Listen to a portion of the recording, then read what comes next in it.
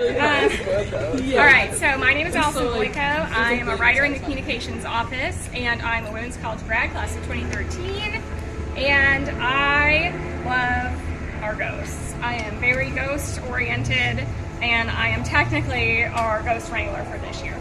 So that's who I am. I did want to mention that we have the Ghost Hunting Club here, and we will have some ghost hunting equipment set up in various locations, so we may get some activity. That should be super cool, fingers crossed.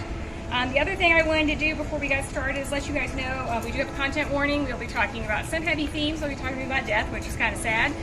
We'll also be talking about things like illness and suicide. So just be aware about the content of this ghost tour. So, quick show of hands, who has heard the Agnes legend before?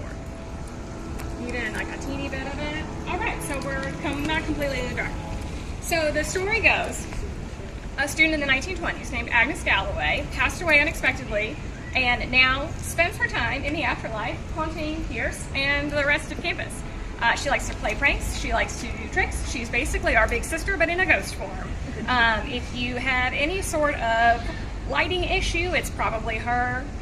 You got loose change everywhere, it's probably her. We'll go into some more of these stories as we go in. It's very hot out here, so let's go inside. I'm a certified gaffer.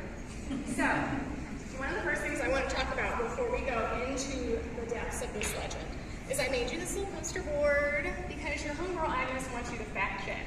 There are a lot of variations of her legend, and there's no way possibly that all of them are true at the same time, right? Because there's like 6 versions. So, when you think about your lore, your legends, etc., maybe even your TikTok videos, depending on what you do in your free time, think about your literacy. You want accuracy, you want to be able to Google it. What does it say if you Google it? Is there anything negative bias about it? Is it trying to make somebody look really bad, or is it trying to make somebody look really good? What evidence do you have? Is there any proof? And then what are the social implications or impact of what you're seeing? So, homegirl Agnes wants you to fact check. I'm going to put that down there so you can see it. So keep those things in mind while we go through this. So what do we know about Agnes Galloway?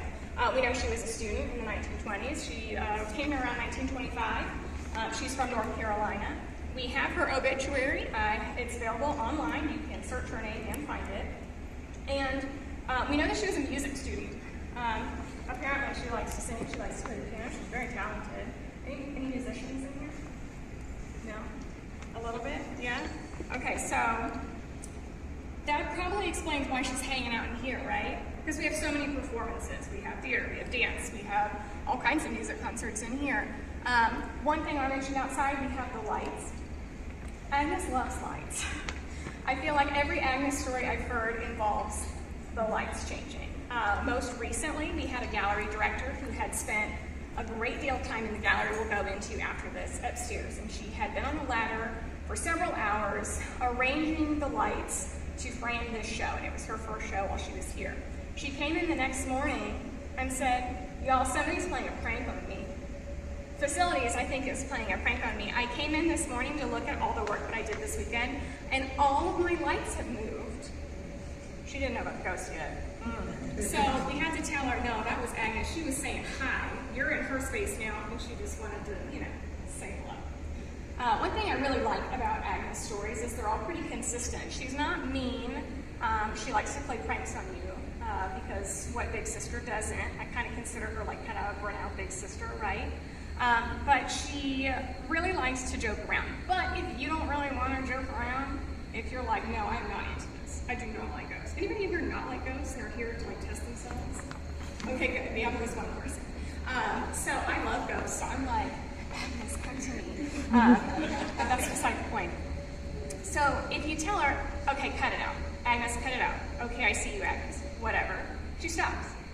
Very consistently in all the stories I've heard from alums, all the stories that have been passed down, if you tell her to cut it out, she stops. So, let's see. What are some other pranks? Okay, so there's one that's great. How many of you collect pennies, coins? Or like if you pay with cash, you're like, what do I do with these coins, right? Yeah, okay, some of you. So I almost never pay with cash, so when I have coins, I'm like, I don't know what to do with these. So in the past, when people use cash all the time, a lot of people would collect their change, right? And so sometimes they'd have these like big jars full of change.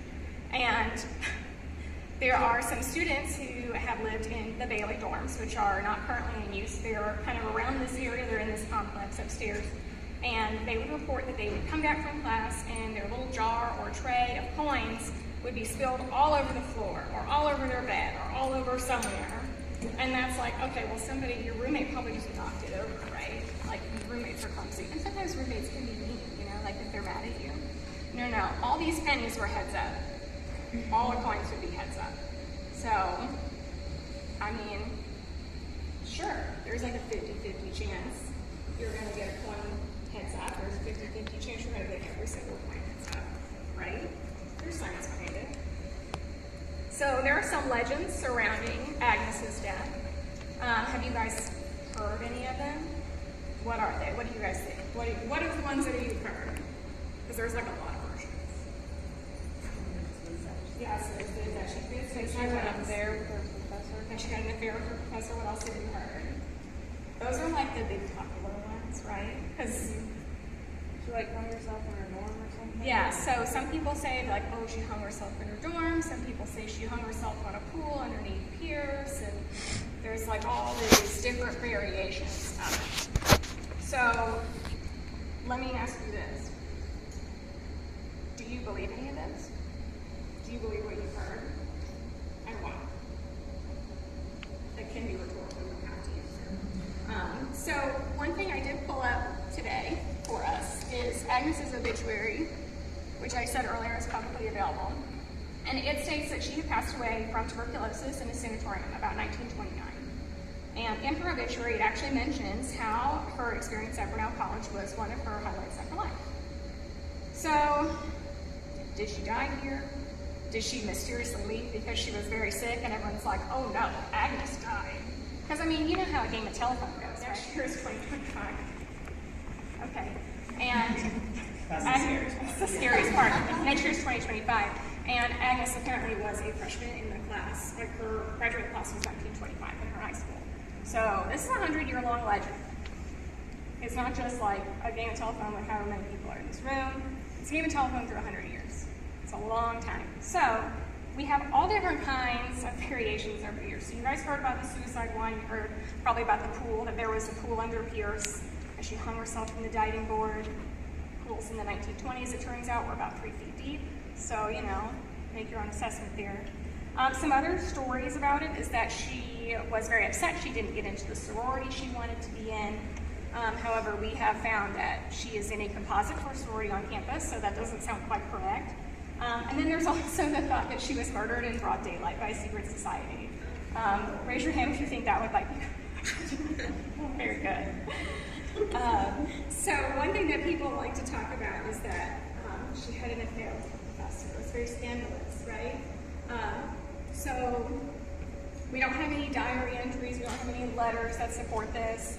But I mean, in pop culture, there's a lot of conversations about people being, you know, having a crush on their teacher. So I wouldn't doubt that maybe she like took a liking to somebody or something may have been misinterpreted. It's always possible. So one thing I've always liked about the Agnes legend, one of the things I think is the most special about it is that it is almost 100 years old and has transcended pretty much every single class and every single student who has gone to Brenau has heard about Agnes. So whether or not any of the legends surrounding her death are true, whatever you choose to believe, sure, go for it. But the impact she's made is a lot bigger than just a normal 21-year-old, right? Yes, no, maybe. Okay.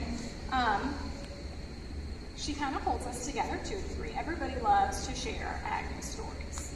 And we will do that in a bit. We will share our own Agnes stories. I have several. I also have we have several other ghosts on campus, allegedly, if you believe in that.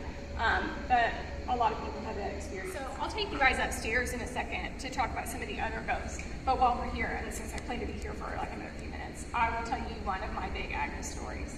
So when I was a freshman, I was living in Brenau Hall, and I went super crazy when I heard there was a ghost. I was like, oh my gosh, that's the most exciting news I've ever heard in my entire life. So I went ham on trying to Google it, because that's what you do when you're 18, you just Google everything. That's what I do now, actually, as a 33-year-old, is I just Google everything. And I got so excited to see whatever people were posting on social media, because this was like 2009, so social media was still kind of fresh and exciting. And so I shared this with one of my friends who lived on the hall with me, and I told her to her over dinner in the dining hall, and I was just like so hyped. I was probably way more hyped than I should have been. And we came back from dinner, and no one else was in the hall. And I would tell her about the pool and how there's this mysterious pool under Pierce, and it's so spooky. And I wanted to go down there so bad, but we couldn't. I did not break in, not that time. And so I was telling her about this pool. So I was like, that's gotta be it. That's gotta be the realest story. That's the real one. Well, we walked in the hall and it smelled like chlorine real bad. Like if you had like jumped in, mouth open, like ugh, consumed you. And I was like, do you smell that? She was like, I smell that. Do you smell that? And I said, yeah. So we started banging on all the doors and nobody's there. So we're banging on all the doors, banging on all the doors. And finally someone comes up behind us and they're like, what are you doing? Why are you banging on all the doors? And we're like, do you smell that? And it ceased. She's like, no, I don't smell anything. You guys are crazy. I was like, it's a ghost. We definitely saw a ghost. And she's like, no, y'all are nuts. And she went back in her room. But so I kind of think Agnes was like, give me a little wink, you know? She wanted to like say, hey, I see you, girl. Maybe calm down, but I see you. And then one of the other Agnes stories I actually had very recently, other than, you know, the lights one, because that was someone in my department, is when I was actually doing research for this, I came back from the library and I saw a large, brilliant blue butterfly sitting on the bush right next to my office door. And I stopped and I looked at it, and it just like flapped its little wings at me, and it like floated around my head, and then it sat back down and it flapped its little wings at me. And I was like, I don't normally see giant blue butterflies. I don't normally look for bugs. I don't like bugs that much, to be completely honest, but I do think that was just like a little hi, a little wink that said, hey girl, I see you. I see that you're talking about me again. Thanks for the attention, love it, love you being it. So, I do think Agnes is real. Obviously, I keep talking about it. I just told you my two ghost stories. I think what matters the most about the Agnes story that I want you to take away the most is that, one, her story has transcended almost 100 years. And two, I think she really likes it here, right? Like, she's been hanging around for like 100 years. These were probably the happiest days of her life. She thought this was a fun place to be. She really enjoyed it. And she wanted to hang out here, which, if I was a ghost, same. Watch out, 50 years from now, y'all are going to be at your reunion. I'm going to be taking your cheese and mimosas. That's how you'll know it's me as a ghost. But so I really do think, you know, we've had a lot of energy around campus, if you believe in the spiritual stuff, which I do. But I do think one of them is a specific person. So I guess it was almost 20 years ago now, we did have a ghost hunting group come in. That was an external group, and they did do some recordings with Pierce. I cannot access those recordings. But the general consensus is that someone named Rose spoke up on the recordings. And all I could get was that her name was Rose. So a little context, historical context, I will say, is that roses were super popular in the 1920s because they had just kind of been everywhere. There was a big Shakespeare kick, and he loved roses. He talked about roses all the time. So I do think like maybe there's some connection to like an operetta, which there were a lot of operettas that were popular in that time that talked about roses or had characters named Rose. So there's kind of a theory that maybe that the spirit is Agnes as playing a role as Rose, or she didn't get to finish her role as Rose, and so that's why she addressed herself as Rose. We've also had some other activity in here, which we can talk about when we go upstairs. So it's time to go upstairs. But we'll talk about Lil Red, and we'll talk about Albert, and then we'll talk about the little guy that hangs out in the corner up there. So, you guys are ready? Oh, and they just like, oops, oh well, and they just buried him in the wall. I don't think that's accurate. Like, just throwing that out there, I don't think that is what happened. Also because those ghost hunters that came back in 2005 picked up the voice of a little boy, a 6-year-old boy, and they said, hey, what's your connection to Brenau? Why do you hang out here? He's like, oh, I like the girls, they're nice. It's like, right on, I think so too, that's why I'm here. So his name is Lil Red, and he hangs out, and sometimes apparently you can hear a tricycle. if you listen real hard and critic, you can hear like a little squeaky wheel, which is kind of creepy. But also the fun part is if you leave a red marker or a red crayon or a red pen out, he will write on your walls. He'll leave you a little note. It's definitely not your sorority sister. It's definitely not the girl down the hall. But it might be a little red, and it's fun to think that it is. Especially because if you write in red dry erase marker, it's very hard to get off the wall. So that message is going to be there for a while. But that's little red. Has anyone had a little red encounter? Anyone heard a squeaky wheel or had a message? I have had a message, but I do believe it was a sorority sister. None of them would own up to it, but. Okay, so another ghost that we have is, he doesn't really have a name. Wendy Eck in the admissions office calls him Albert, which I think is kind of a fitting name. He hangs out in the library. And yeah, you guys can have a seat if you'd like. And so, sometimes they'll put like a little mannequin during Halloween in the rare books room, because that's like the spookiest room in the library, right, is the rare books room. It's dark, it's very fancy, and it's locked all the time. But apparently, and I have seen this footage, although it's not always open for sharing, the security cameras have caught orbs moving around the library before. So an orb, if you're not familiar, is like a big ball of light. It looks like a little fairy, like bouncing around. And sometimes if you take pictures, you can get little orbs, like thin orbs, but these ones were pretty dark, they were really solid, and they were pretty large, and they were moving around really fast. So if you haven't ghost hunted in the library, you probably should. I have not experienced anything in the library, but I wouldn't be surprised, because we do have that big rare books room, and we also have the archives. And if you believe in some of the ghost hunting theories, ghosts like to hang out with their stuff, especially if it's stuff they really, really, really liked, and now somebody else has it, and they're just like not quite ready to let go. You know, when you save that dress from your college formal that you're just not quite ready to let go because you spent like $500 on it, and it was really expensive. No backstory there. But it's like sometimes you're just not ready to let stuff go. So they kind of hang out with their stuff, or they hang out in a place where they're around things that they like. So Agnes liked music, so she would hang out where the music is, right? She played piano, so she'd hang out where the pianos are. So Albert, I guess, likes books, or he likes to collect things, either way. Or maybe he really likes the old tables that are in there, who knows. But he's hanging out in there. Some other ghosts we have up in this corner, there's been some activity. People don't really like the activity that's over there. Every time I've sat over there, I've gotten like weirdly cold and like, I don't know if I like that. So it depends on who you ask. Some people think there's like a mean man that hangs out over there. I think maybe he just didn't like the show he was at. Maybe he's a little grumpy. And then there's some activity in the basement underneath Pierce where they have all the storage, where the old orchestra pit used to be. There's apparently some cold spots down there. So if you walk down there, if you're doing a show here and you are backstage, you will sometimes feel like a weird little cold pocket. So the theory is that if it's a cold pocket, it might be a ghost just standing there watching you doing whatever you're doing.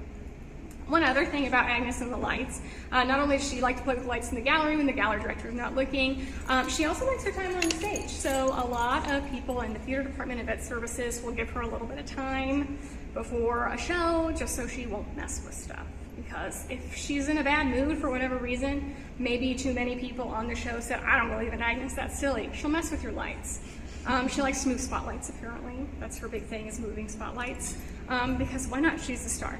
So, has anyone had any experiences in the library or any Agnes experiences they want to share? We're about to go downstairs into the Sellers Gallery, but I want to give people opportunity. Yeah, you did? Yeah. Tell them where your office is. My office is right down here in Pierce, and so right in the lobby of Pierce, and so my radio comes on, and it the music blares sometimes you can't turn it down. The other day I was in a meeting with 2 other Brenau employees, and the radio was off, but then people started talking to your voices through the radio. Oh, that's crazy. Yeah, so a lot of people are like, oh, I've seen a ghost. Some people don't see them. Some people hear them, and some people smell them. Ghosts like to use smells a lot because it triggers memories, right? So, like for me, the chlorine smell, I definitely smell the chlorine smell is very strong, and that triggered my thoughts on the thing. So I do think ghosts are a little psychologically inclined in that regard. But I did have heard like strange noises, not just like creaky floors and stuff like that, but messing with radios, radio frequency, especially because your tools use radio frequency, right? Yeah. So leave your radios on if you want to see if there's a ghost in your office, I guess, or if there's in your dorm room. So, all right, you guys ready to share some ghost stories down in Cellars, get some cocoa, and check out the spooky art that our new gallery director, Libby, put up for us? Since we're all in a room, let's talk about some spooky stuff. Who's had an experience they'd like to share? Anybody? Or Dr. is talking about one. Oh, Lady's going. Oh, yeah? Go ahead, lady. Oh, I have several. I live in Pierce. Yeah, so it's in Pierce all the time. But, no, I have to help make hot water. So I have several stories. The first of which was my freshman year. We do Wonder Quest every year, which is a Theater for Young Audiences show that's being built on stage and everything. And Chris, who I was working with, he's like, Lainey, I need some extension cords from the basement. La la la la la. This is August, mind you. It's hot, humid, it's Pierce. And I go down the stairs, and I hit the bottom of the stairs, and it is ice cold. Ice cold. I'm like, is there air return? Like, what? Like, okay, extension cords. I go this much further, it's hot and humid. I step back, it is ice cold, and then I get a feeling like somebody is watching me. So I snatch the extension cords, and I kid you not, since 2003, I have never gone in that basement by myself, ever. It's Freaked me spooky. out. I mean, you've taken me down there. Oh no, I make work studies go with me. No, it's very spooky sometimes. It's very spooky. Yeah. The second story has to just do with the balcony. I'm in Pierce all the time. I'm shutting down. I'm running events till midnight, especially when I first started. I was running lights and sound for things. And I, would always call out lights out before I would turn everything off in the auditorium, make sure everybody was clear. No surprises. So I do that. It was like a lecture series or something. It went till about 10 or 11 o'clock. I was the last one here. I called out, and I turned the lights off, and then I hear footsteps in the balcony in front of me. So the booth is up on the 3rd floor. So if you lean far enough out, you can see most of the balcony, and nothing. I've never called security so fast in my life. I said, I need you to escort me out of the building, please. And from then on, for safety anyways, it's a good idea. Be safe, everybody. I would call security before I would turn out the lights. It was like heavy footsteps, and we love that balcony, but it squeaks and it Do you creaks. think it's that mean man people are talking about? I would guess so, because I've run spots in that corner. I don't like sitting in that corner. It makes me feel icky. I had to run the spotlight with feeling like somebody was watching me. Yeah. I've never had anything malevolent happen, but it definitely has energy, it has presence. I don't like going in the balcony unless I have to. I don't like going in the basement unless I have to. Y'all should hit up Daryl Morris for his story about the balcony. He's got some scary stories. Including his children seeing things. Y'all go find him and pester him. His office is behind Pierce. Just go show up and knock and say, tell me the ghost story about Pierce. Perry and Pierce. You'll love that. So anyways, those are my stories. Does anyone else have a story they want to share? Anyone else have an experience? Yes, Kelsey. This was like my only ghost encounter. For me, that it felt like, okay, that was something. I just experienced something for the first time ever, because I'm very open to those experiences, but I'm such. I'm just still on the fence, not a firm believer, but I'm open to it. So Will and I, so y'all probably know I create the social media content for Brenau, and we were going up to the attic area of Pierce, where there's mannequins and stuff stored up there, to shoot a creepy HJ video. I don't know if anyone remembers the Halloween video, which is darting around HJ. Anyway.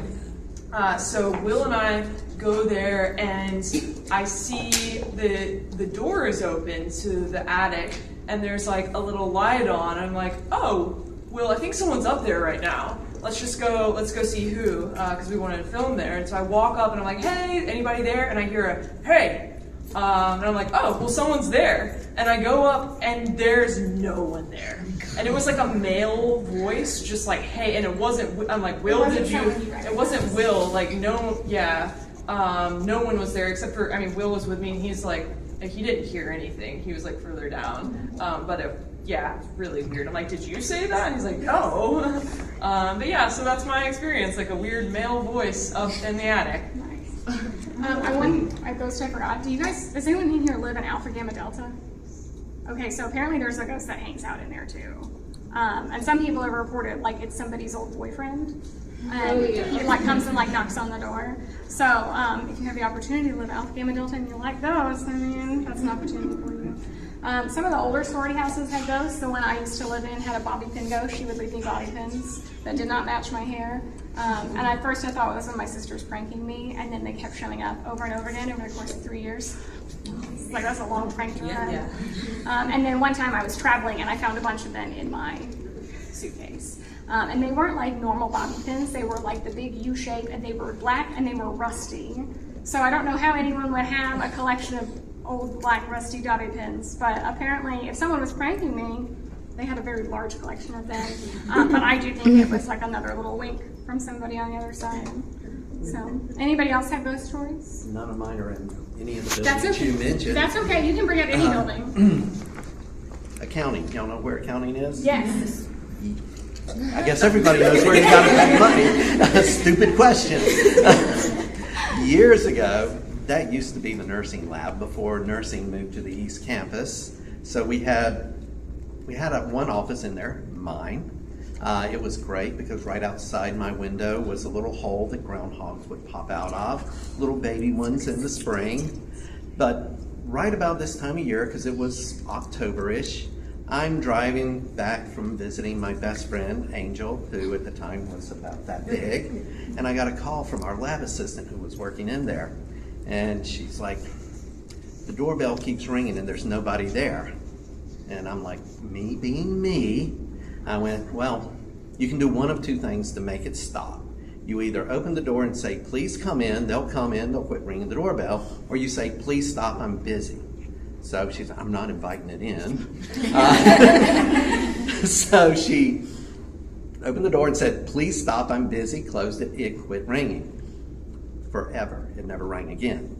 That building was always locked because we had sharps in there for the nurses to practice injections. So, we had to keep that secure and alarmed. I kept getting complaints because my office was there. They would ring the doorbell. I would let them in so that they could practice their nursing skills. They'd ring the doorbell. I wouldn't hear it because it never worked again. So after a while, we figured out the doorbell quit working literally that night. Me being me, I took a screwdriver, I took the button of the doorbell off. I put a sign that said knock real loud, and I put the button on a shelf just inside the door. A couple of weeks later, I'm there with the admissions and progressions committee for nursing. We're going through files, going who's going to get in, who's going to get out, and the doorbell rings. And they say, are you going to get it? And I'm like, no. You be my guess. So that's my one experience with a little bit of creepiness over here. I think I saw some other hands. Anyone else have a story? Yes, I'm in the ghost hunting club. Awesome. We were downstairs, like the art/ceramics room. Yeah. And everyone thought I was crazy for a minute because I was just talking to myself, but I swore I was talking to something. And Eleanor has like this box where if you go near it, it goes off. Yeah. The REM pod. Yeah, depending on how close you are, it will like go crazy. And I was like, okay, well, to prove I'm not crazy, like you can go touch it. And the whole thing went off, like to the point where the battery went dead. And she had to change the batteries on That's it. nice. So that's my Now, that room you were in used to be the library. It was our first library. So maybe a very studious ghost was hanging out.